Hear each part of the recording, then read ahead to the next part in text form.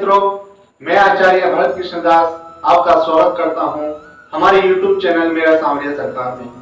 मित्रों, आज हम बात करेंगे पितृपक्ष के बारे में कि पितृपक्ष हम क्यों मनाते हैं, पितृपक्ष में हमें क्या करना चाहिए, क्या नहीं करना चाहिए, इस दिन पितरों का श्राद्ध क्यों किया जाता है, पितृ श्राद्ध करते समय हमें किन किन बातों का ध्यान रखना चाहिए, किस समय हमें पितरों का श्राद्ध करना चाहिए और किस तिथि को किसका श्राद्ध करना चाहिए, श्राद्ध करने का क्या विधान होता है, उसके क्या नियम होते हैं, पितृपक्ष में हमें क्या करना चाहिए, क्या नहीं करना चाहिए, पितृपक्ष में हमें क्या खाना चाहिए और क्या नहीं खाना चाहिए। बंधुओं, इस वर्ष पितृपक्ष 1 सितंबर से लेकर के 17 सितंबर तक चलेंगे। बंधुओं, आपको मैं बता दूं कि पितरों का श्राद्ध हमें क्यों करना चाहिए। बंधु, पितृ होते कौन है? हमारे जो पूर्वज होते हैं, जिनका निधन हो गया है, वही हमारे पितृ बनते हैं। बंधुओं, जो पूर्वज होते हैं वे हमको अपना गोत्र, अपना धन, अपना वैभव, अपना कुल सब कुछ हमें समर्पित करके जाते हैं। उनके इस त्याग के हम ऋणी हो जाते हैं। बंधुओं, हमारा 3 ऋण होता है। एक सर्वप्रथम ऋण होता है हमारा पितृ ऋण, दूसरा ऋण होता है ऋषि ऋण और तीसरा ऋण होता है देव ऋण। बंधुओं, हम इन 3 लोगों के ऋणी रहते हैं। तो पितृपक्ष में जब हम पितरों का श्राद्ध करते हैं तो हम पितृ ऋण से मुक्त हो जाते हैं। बंधुओं, इसलिए हमें इस ऋण से मुक्त होने के लिए हमें हर वर्ष पितृ श्राद्ध अवश्य करना चाहिए। जो यह 16 दिन होते हैं बंधुओं, इन 16 दिनों में कहा जाता है कि पितृदेव पितृलोक से इस पृथ्वी लोक पर आते हैं और वह हमारे घर में चल करके आते हैं। इसलिए हमें उनका अपमान नहीं करना चाहिए, हमें उनको खाली हाथ नहीं भेजना चाहिए। हमें उनको ब्राह्मण और अग्नि के द्वारा जब हम भोजन कराते हैं तो वह सीधा पितरों को जाकर के प्राप्त होता है, जिससे वह खुश होते हैं और हमें आशीर्वाद देकर के जाते हैं। बंधुओं, गरुड़ पुराण में कहा गया है कि कल्पदेव कुर्वित समय श्राद्धम कुले कश्चन सीदति। जब व्यक्ति समय पर अपने पितरों का श्राद्ध करता है तो उसके कुल में किसी भी चीज की कमी नहीं रहती। बंधुओं, पितृ हमें क्या क्या प्रदान करते हैं, आइए जानते हैं। गरुड़ पुराण में श्राद्ध क्रम में दिया गया है कि आयु पुत्रान यशा स्वर्गम कीर्तिम पुष्टिम बलम श्रियम पशुम सौख्यम धनम धान्यम प्राप्तो यात पितृपूजनात्। हमें क्या क्या प्राप्त होता है? आयु प्राप्त होती है। बंधुओं, आप देखते होंगे कि कुछ लोग अपनी जवानी में चले जाते हैं या घर में बच्चे तो पैदा होते हैं लेकिन वह बच्चे होते ही मर जाते हैं। ऐसा क्यों होता है? ऐसा होता है पितृदोष के कारण। जब हमारे घर में पितृदोष होता है तो हमारी आयु क्षीण हो जाती है। बंधुओं, पुत्रान, आपने देखा होगा कि घर में ज्यादा से ज्यादा कन्याएं पैदा होती हैं, पुत्र है ही नहीं, तो हमारा वंश चलाने वाला कोई नहीं होता है। तो इसका कारण है कि हमारे घर में पितृदोष है। जब पितरों की कृपा हमारे ऊपर होती है, पितृ तर्पण हम करते हैं, पितरों को पिंडदान हम करते हैं, पितृपक्ष में जब हम श्राद्ध करते हैं तो हमें दूसरी चीज प्राप्ति होती है, पुत्र प्राप्ति, जो कि हमारे कुल को आगे बढ़ाता है।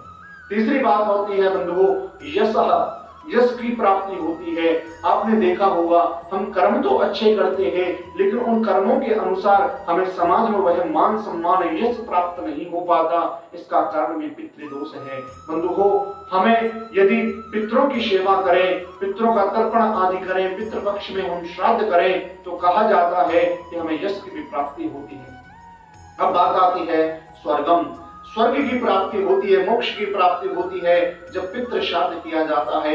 कीर्तिम पुष्टि बलम श्रियम, बल की प्राप्ति होती है, चाहे वह बल शारीरिक बल हो या मानसिक बल हो। इन दोनों बलों की प्राप्ति हमें पितृ श्राद्ध से बहुत शीघ्रता से प्राप्त हो जाती है।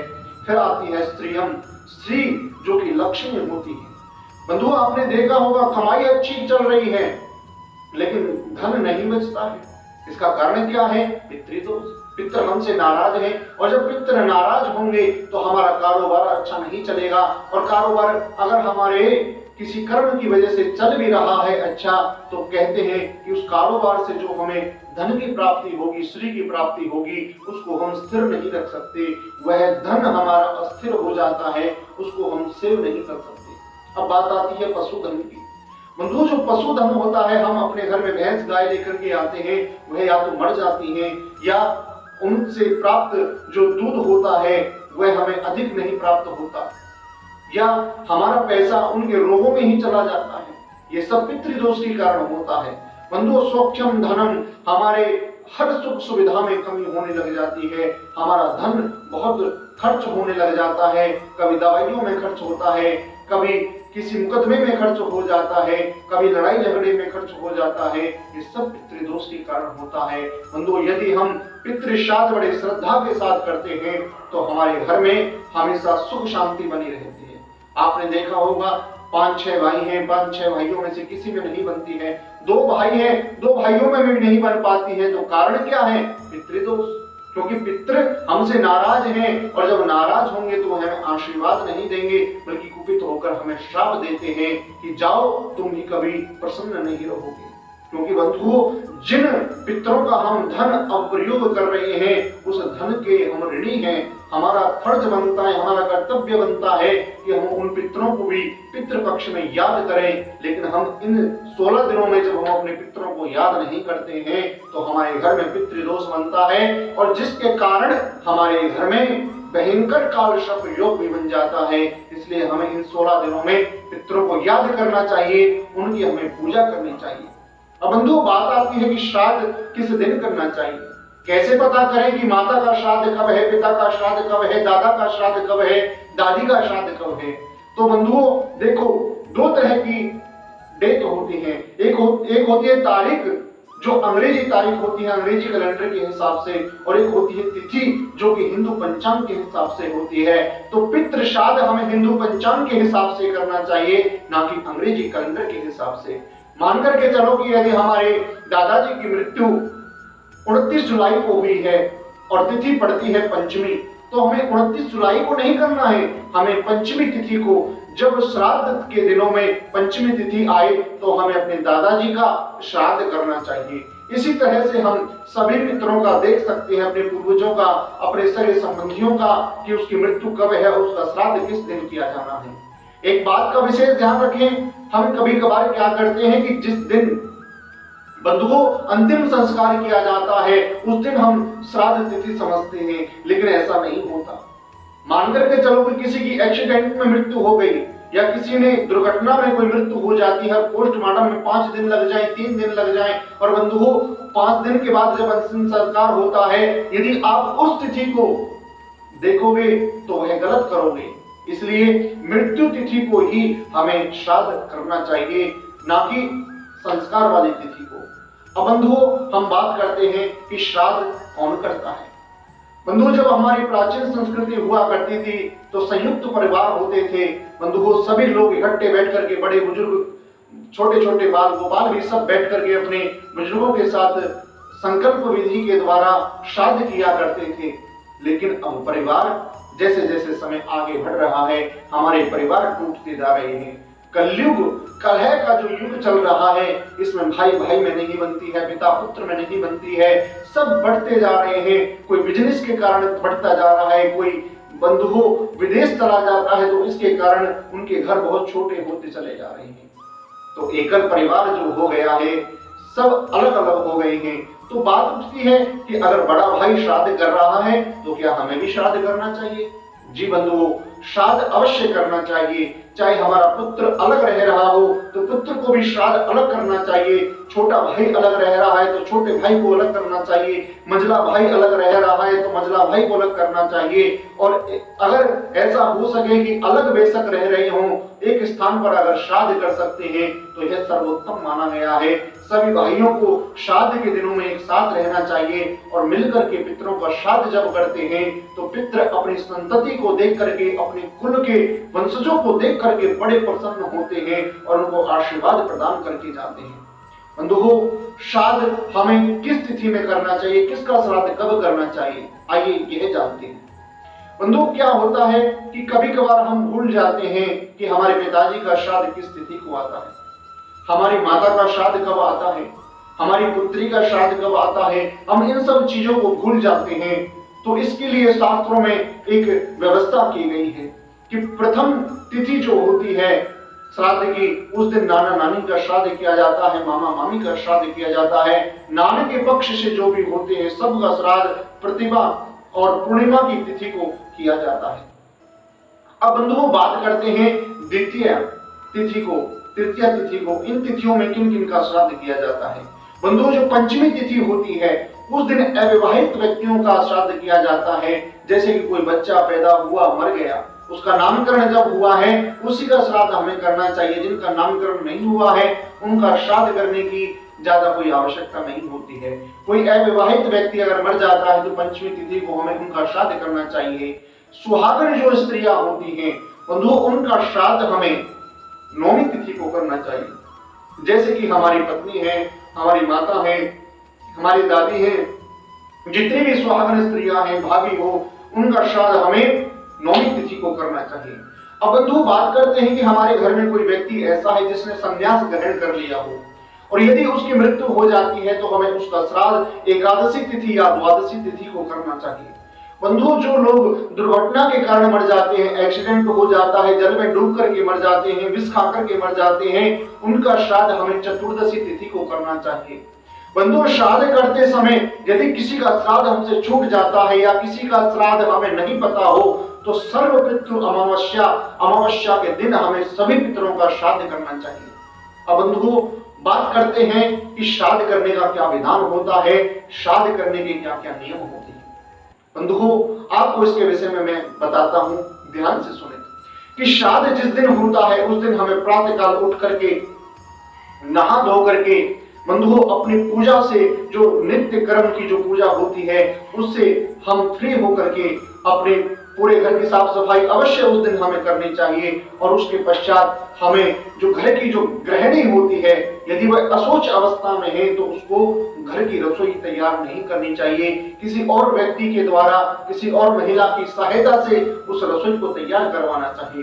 बंधुओं श्राद्ध के दिन हमें किसी योग्य ब्राह्मण को भोजन कराना चाहिए। योग्य ब्राह्मण क्यों कहा है? आप समझते होंगे कि ब्राह्मण तो ब्राह्मण होता है, किसी को भी करवा सकते हैं। तो बंधुओं क्षत्रिय तो क्षत्रिय हो सकता है, तो क्या किसी दुर्बल व्यक्ति को हम अगर बॉर्डर पे भेज दें कि जाओ तुम देश की रक्षा करो, तो क्या बताओ वह कर सकता है? नशे में धुत व्यक्ति क्या हमारे देश की रक्षा कर सकता है? नहीं कर सकता। तो जाति से ब्राह्मण होना ही सब कुछ नहीं हो जाता। वह वेद पाठी ना हो चल जाएगा, अगर गरीब है तो भी चल जाएगा, लेकिन उसका आचरण अच्छा होना चाहिए। वह शराब ना पीता हो, मांस मदिरा का सेवन ना करता हो, ऐसे योग्य ब्राह्मण को ही हमें भोजन का निमंत्रण देना चाहिए। बंधुओं उस दिन हमें कैसे पूजन करना चाहिए, आओ इसके विषय में हम आपको बताते हैं। बंधुओं उस दिन हमें गाय के गोबर से बना हुआ उपला लेकर के उसको अध जला कर करके हमें एक दक्षिण दिशा में हमें उसको रखना चाहिए। वहां पर सुंदर आसन पर बैठे, एक चौकी पर पितरों का फोटो रखें, उसके ऊपर माला चढ़ाएं और हमें फूल अर्पित करने चाहिए।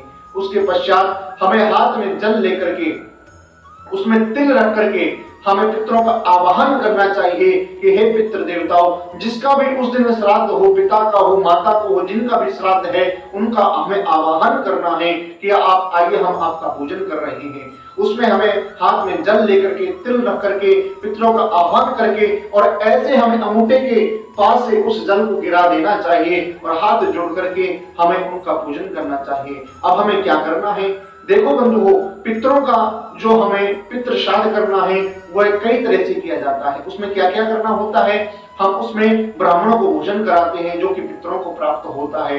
हम अग्नि को भोजन कराते हैं जो कि पितरों को प्राप्त होता है। हम पितृ तर्पण करते हैं जो कि सीधा पितरों को प्राप्त होता है। बंधुओं हम इसमें 5 बलि निकालते हैं। कौन कौन सी बलि होती है? श्वान बलि, काक बलि, गाय बलि, देव बलि और पिपलादिक बलि। काक बलि होती है, कौवे को हमें खिलाते हैं। श्वान बलि होती है, कुत्ते को हम खिलाते हैं। पिपलादिक जो बलि होती है बंधुओं वह हम चींटी मकोड़ों को खिलाते हैं। देव बलि जो होती है देवताओं के लिए हम निकालते हैं। और बंधुओं अंतिम जो बलि होती है गाय बलि, गाय के लिए भी हम निकालते हैं। यह बलि कैसे दी जाती है? एक थाली में हमें 2-2 पूरी करके 5 स्थान पर रखनी चाहिए और जो भी सामग्री हमने बनाई है, जैसे खीर हो गई, सब्जी हो गई, हलवा हो गया, रायता हो गया, थोड़ा थोड़ा सा उन 5 स्थानों पर रख करके जिन जिन की वह बलि हम का संकल्प करके वह हमें उनको खिला देना चाहिए। अब बंधुओं, अग्नि को कैसे खिलाना है? अग्नि जब प्रज्वलित हो जाती है या धुआं उसमें उठने लगता है तो उस पर हमें सर्वप्रथम एक चम्मच में देसी घी लेकर के उसके ऊपर डालना चाहिए। जब अग्नि प्रज्वलित हो जाती है तो एक पूरी के टुकड़े पर हमें थोड़ा सा सब्जी लेना चाहिए, खीर लेना चाहिए, हलवा आदि जो भी बनाया है उसके ऊपर डाल दें और पितरों का ध्यान करते हुए पितरों को हमें भोजन कराना चाहिए। बंधुओं, उसके पश्चात हमें क्या करना चाहिए? जब ब्राह्मण देवता हमारे घर में भोजन करने के लिए आते हैं तो यह समझना चाहिए कि मेरा वही सगा संबंधी भोजन करने के लिए आ रहा है जिसका श्राद्ध उस दिन मनाया जा रहा है। तो बंधुओं, उनका हमें जब घर में जब वह घुसते हैं तो उनके चरणों को धोना चाहिए, उनके हाथों को धुलाना चाहिए, उनका मुख प्रक्षालन करना चाहिए, उनको हमें आसन देना चाहिए। आसन देने के पश्चात ब्राह्मणों को हमें तिलक लगाना चाहिए, हल्दी या होली का तिलक हम उनको लगा सकते हैं।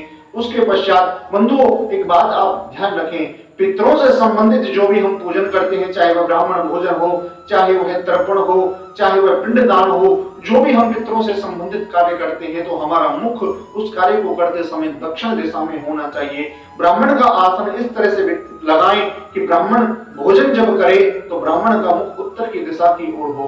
तो बंधुओं, हमें सर्वप्रथम वहां पर बैठ करके ब्राह्मण के सामने सुंदर भोजन की थाली रखनी चाहिए, पानी का पात्र रखना चाहिए और सर्वप्रथम हमें तर्पण करना चाहिए।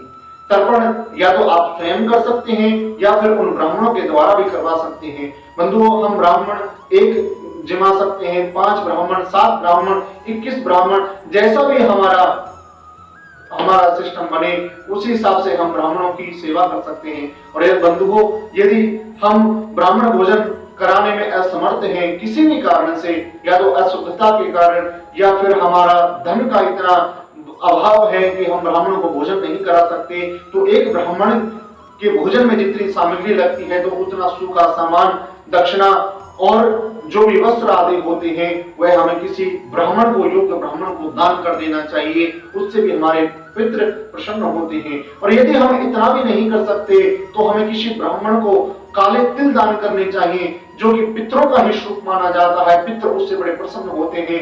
यदि हम इतना भी नहीं कर सकते तो हमें गाय को रोटी खिलानी चाहिए, इससे हमारे पितर बड़े प्रसन्न होते हैं। गाय को, कौवे को, कुत्ते को रोटी खिलाने से भी हमारे पितर प्रसन्न हो जाते हैं। तो बंधुओं, जब हमारे ब्राह्मण देवता आकर के बैठ जाते हैं, तर्पण करवाने के पश्चात हमें भोजन का, दक्षिणा आदि का संकल्प करवाना चाहिए। बंधुओं, संकल्प करवाने के पश्चात ब्राह्मण को भोजन खिलाना चाहिए। भोजन करवाने के पश्चात बंधुओं, हमें ब्राह्मण को संकल्प सहित दक्षिणा, वस्त्र, आभूषण दान करने चाहिए और उनके चरण स्पर्श करके हमें उनसे आशीर्वाद प्राप्त करना चाहिए। अब बंधुओं, हम बात करते हैं कि श्राद्ध करने का जो विधान है उसमें पितृ पक्ष में हमें क्या करना चाहिए और क्या नहीं करना चाहिए। बंधुओं, ध्यान रखें, पितृ पक्ष में हमें कभी भी बाल नहीं कटवाने चाहिए, पितृ पक्ष में हमें कभी नाखून नहीं काटने चाहिए, पितृ पक्ष में कभी भी हमें संभोग नहीं करना चाहिए, पितृ पक्ष में हमें ब्रह्मचार्य का पालन करना चाहिए। बंधुओं, पितृ पक्ष में हमें कभी भी नई वस्तु घर में नहीं लानी चाहिए, भवन आदि का निर्माण नहीं करवाना चाहिए। बंधुओं, कोई भी शुभ काम, शादी, विवाह आदि जैसे कर्म, जन्मदिन आदि हमें इस पितृ पक्ष में नहीं मनाने चाहिए। व्रत आदि हमें पितृ पक्ष में नहीं रखने चाहिए। ये सर्व कर्म अगर हम पितृ पक्ष में नहीं करते हैं तो हमारे पितृ बड़े खुश होते हैं।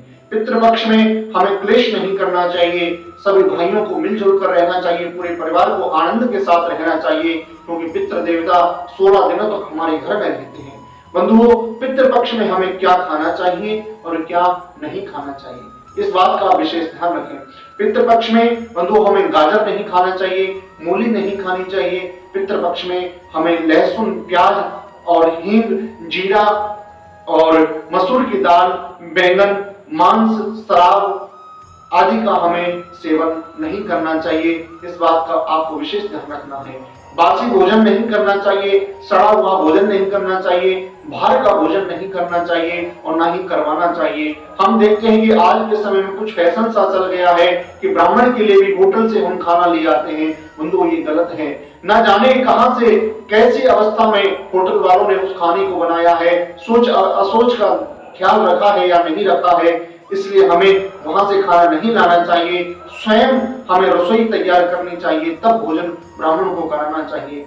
बंधुओं, श्राद्ध क्या है? श्राद्ध श्रद्धा का विषय है। जितनी श्रद्धा के साथ हम अपने पितरों का तर्पण आदि, भोजन आदि करवाते हैं, उतनी ही हमें उस फल की प्राप्ति होती है। बंधुओं, आपको हमारी दी हुई जानकारी कैसी लगी? कमेंट बॉक्स में जाकर के बताएं। यदि आपका कोई प्रश्न है तो कमेंट बॉक्स में जाकर के बताएं, और सनातन धर्म के प्रचार प्रसार के लिए हमारे वीडियो को ज्यादा से ज्यादा शेयर करें। यदि वीडियो पसंद आए तो लाइक अवश्य करें। जय श्री राधे, जय श्री कृष्ण।